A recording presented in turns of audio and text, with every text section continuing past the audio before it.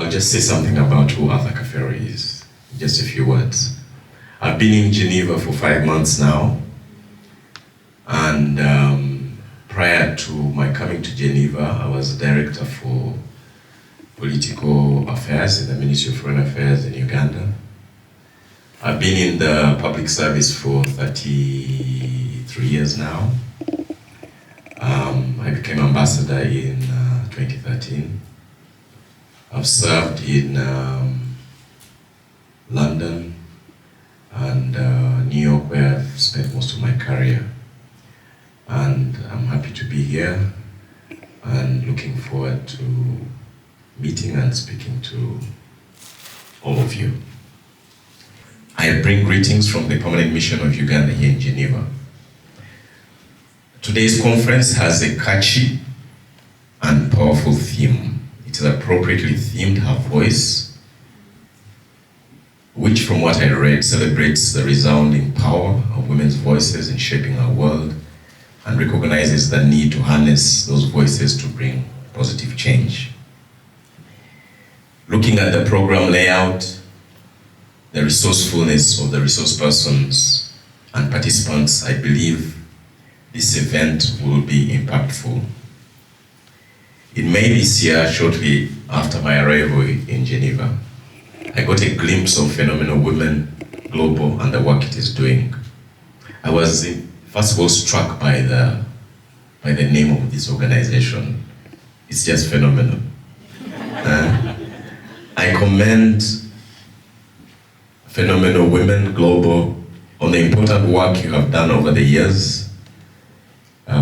Earlier on you shared a slide where you elaborated on the work you're doing, and commend you for the work that you continue to do to advance and empower women and girls through the various activities you undertake, especially in supporting leadership.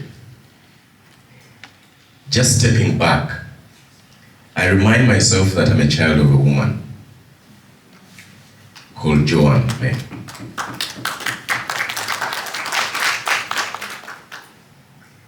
I'm a sibling of 3 girls, Joy, Mercy, and Grace. I have a daughter called Shirley, and I have a spouse called Margaret. I therefore feel and have a deep attachment and connection to the work that is being done by Phenomenal Women and the theme of this conference. I looked at the theme, Her Voice, and elevating women's voices, and pondered, what is her voice? Who are we referring to? Why does she need a voice? Who is the conduit? Who can be the agent of this voice? What do we want to elevate in this voice? How can we do that in the most effective way so that this voice is clear and consequential? What do we hope to change in this voice? And what can this voice actually do? These are all questions, and they could be many more, and this came flashing in my head. I see 2 voices that require elevation. First, our own voices, those of us here. Women and men who are charged with the duty of empowering and elevating others. But there's a second voice that I see. This is a voice of the women and girls out there who are voiceless, who need people like us to be their voice before they can have their own voice.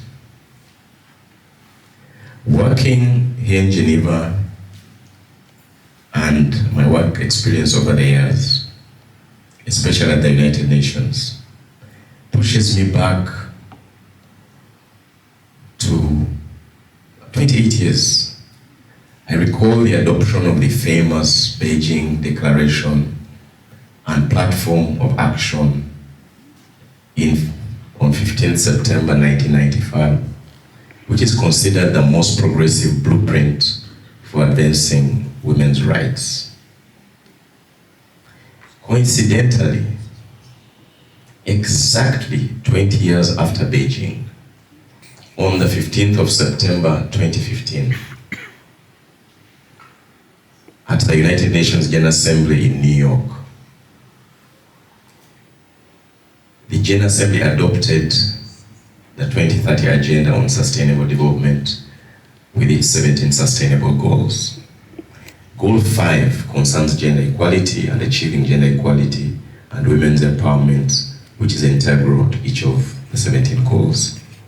I was fortunate at the time to be the Chief of Staff or the Chef de Cabinet of the President of the General Assembly when the General Assembly adopted the 2030 Agenda. So from the above, it is clear and evident that at a multilateral level, voices have been raised by the 193 member states of the UN family. Considerable work has been done, and many accomplishments have been realized in the areas of gender equality and empowerment of women and girls. However, despite these successes, many challenges remain.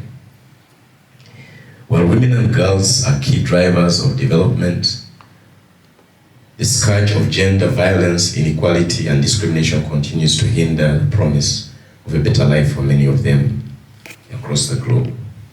This is a sobering reminder of the work that remains to be done by us and many not in this room. I was looking at a statistic late yesterday evening, and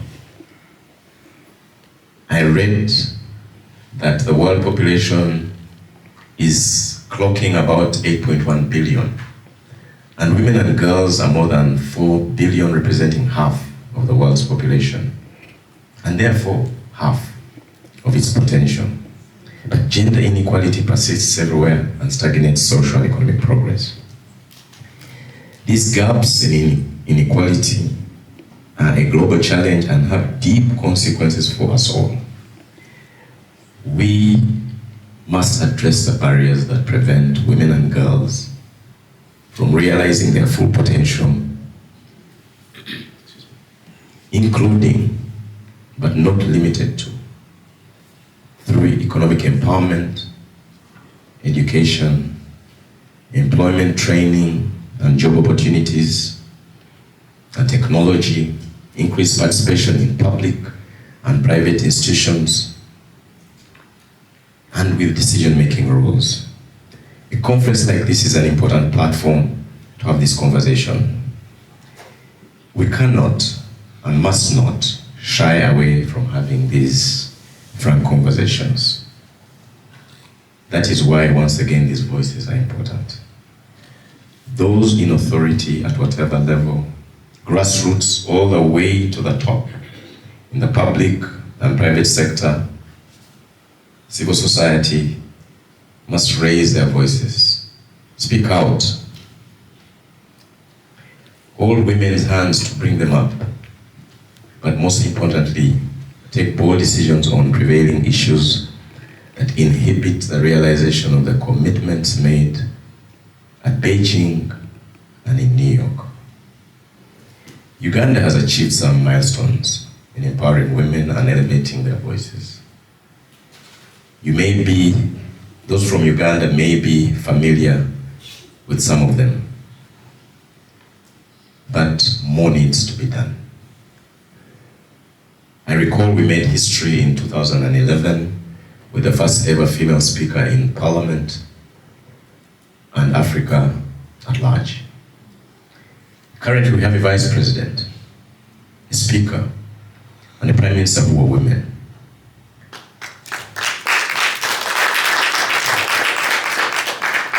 Our parliament has 189 women members who constitute 34% of the members. We have many women leaders in business and civil society too. I wish to recognize Honorable Jova Kamateka, who's right here with us, who was one of our most robust legislators at the time she was in Parliament. I would also like to recognize Mrs. Margaret Sekaja.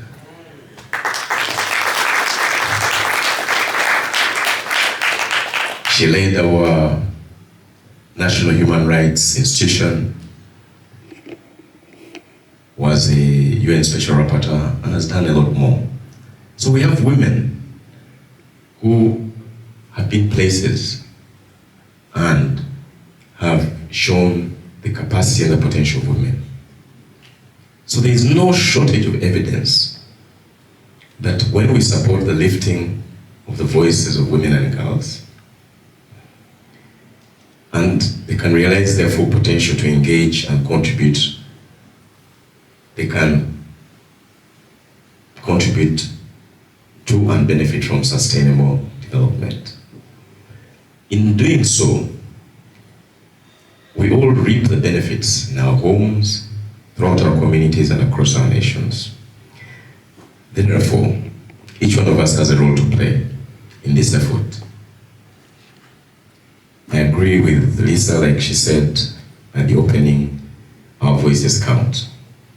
From those in multilateral organizations like the United Nations, government sector, private sector, academia, media, politicians, religious leaders, teachers, law enforcement, farmers, but including, and maybe just for emphasis, men and boys, we must all band together.